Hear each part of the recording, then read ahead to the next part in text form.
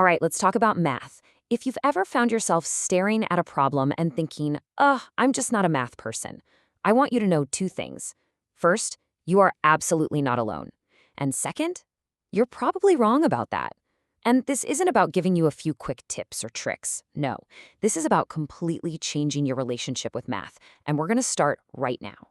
So does this feel familiar? You know that sinking feeling? You've studied for hours, you've memorized all the formulas, and then you see a slightly different problem and your brain just shuts down. It completely freezes. It is so frustrating, right? But I promise you, that feeling does not mean you're bad at math. And this right here is probably the most important thing you're going to hear today. The problem isn't you. It's how you were taught. See, most of us were taught to treat math like this giant cookbook of recipes to memorize. The only thing that mattered was getting the right answer. But that whole approach, it's broken. And honestly, it sets so many of us up for failure from the start. All right, so what is it about math that makes it feel so different from other subjects? Well, it really boils down to two main things that make it uniquely tough. And trust me, understanding these two things is the absolute first step to finally getting a handle on it. First off, math is cumulative. And the best way I can explain it is to think about building a skyscraper. So, with a subject like history, right, you could totally forget everything about the Roman Empire and still learn about World War II. It's modular. But math? Nope. Every single concept is a new floor built directly on top of the one before it. So if you have even a tiny crack in your foundation, say in your basic algebra from years ago, the whole building above it gets shaky. That little bap can completely stop you in your tracks today. And the second big reason is precision. I mean, think about it. In an English essay, there are a bunch of different ways to get an A, but in math, there's usually just one single correct answer. It demands this super precise way of thinking, with absolutely no room for error, no wiggle room, and yeah, that can feel really intimidating at first. But once you learn how to use it, that precision is what makes math so powerful. Okay, so we've talked about why math is so tough. So what's the solution? Well, it all kicks off with a really big shift in your mindset. We have to move away from just blindly following rules and start actually understanding the ideas behind them. Here, think of it like this. The old way, the rule-based way, is like following a recipe word for word. Sure, it works great, but only for that one dish. The new way, the conceptual approach, is like actually understanding the science of cooking. You get why certain ingredients do what they do. And when you know that, you can improvise, you can adapt, you can create brand new things. All of a sudden, math stops looking like a bunch of random rules and starts looking like a connected, logical system. And this quote just hits the nail on the head. I mean, memorizing a squared plus b squared equals c squared is totally useless if you don't immediately picture a right triangle in your head and know what a, b, and c actually mean. Without understanding the why, a formula is just a bunch of random letters. That why is everything. All right, a new mindset is a fantastic start, but you need a real practical system to back it up. So let's build that system together. And this is not about studying harder, okay? It's all about studying smarter with a solid, structured plan. Okay, first things first, we have got to kill the all-night cram session. Seriously, it just does not work for math. What you want to do instead is something called spaced repetition. Now, it sounds kind of fancy, but it's super simple. All it means is you review something for a little bit today, then again tomorrow, and then again in a few days. Every time you do that, you're basically sending a little signal to your brain that says, hey, this is important, don't forget it. And your brain starts to build a much stronger, more permanent connection to that idea. You know, your notebook can actually be your secret weapon, but not just for scribbling down notes. The real magic is in how you deal with your mistakes. Look, don't just put an X next to a wrong answer and move on. You've got to force yourself to write a quick sentence explaining why you got it wrong. Something like, I forgot to distribute the negative sign, or I used the area formula for a circle instead of a triangle.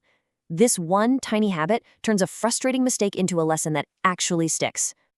Okay, so you've got the right mindset, you've got your study system locked in. Now let's dive into the actual mental mechanics, the specific techniques you can use when you're face-to-face with a tough problem. This classic three-step method from George Polya is pure gold, but here's the catch. You have to actually do it. The temptation, and we've all been there, is to just jump straight into solving. You have to fight that urge. Step one is just stop. Really read the question. What information are they giving you? What are they actually asking for? Then step two is to make a plan. How are you going to get from A to B? Can you break it down into smaller steps? And only then, after you've understood it and you have a plan, do you even think about picking up your pencil to solve it. And here's that whole plan step in action. Take a big, scary-looking calculus problem, like finding the area between two curves. It looks like a monster, but it's really just three smaller, way less scary problems stacked on top of each other. First, you find where they intersect. Second, you figure out which curve is on top. And third, you set up and solve the integral. See? One big monster problem just became 3 manageable steps. You can do this with almost any complex problem. Okay, let's shift gears and talk about the language of math for a second. When you see a symbol like this, the sigma symbol, all by itself, it's kind of meaningless, right? It's just a shape. It's like seeing one letter from an alphabet you don't know. It needs context to mean anything at all. But now, watch what happens when we start adding the other parts. See, down here at the bottom, that's your starting point. Up at the top, that's your stopping point. And right next to it, that's the thing you're actually going to be summing up. When you put it all together, it's not just a symbol anymore. It's a complete instruction, a full sentence telling you exactly what to do. Learning math is really just learning how to read this language. So how do you get fluent in this language? Well, one of the most powerful tools your brain has is something called chunking. And the best example is learning to drive. Remember when you first started, you had to think about every single little thing. Check the mirror, foot on the brake, turn the wheel. But after a while, it all just becomes one smooth, automatic action. Driving. That's a chunk. So let's bring this back to math. When you're just starting out, you see all these individual little pieces. But after you practice enough, your brain just bundles them all together into one single chunk. So now, when you see the Pythagorean theorem, you don't have to sit there and decode it. Your brain just goes, oh, right triangle. And it's already thinking about what the legs are, what the hypotenuse is, and using square roots. And here's why that's so critical. When you can automate the basics like that, you free up all this mental energy to focus on the actually difficult part of the problem. And that, right there, is why the fundamentals, your basic arithmetic and algebra, are completely non-negotiable. You can't form a chunk out of something you don't really truly understand. Think about it. One tiny mistake, like forgetting to distribute a negative sign, can totally wreck an otherwise brilliant calculus solution. You just have to master the basics, because literally everything else in math is built right on top of them. So look, I know it's easy to feel lost in all of this, but please remember this. You absolutely can make sense of math. It has nothing to do with being a math person.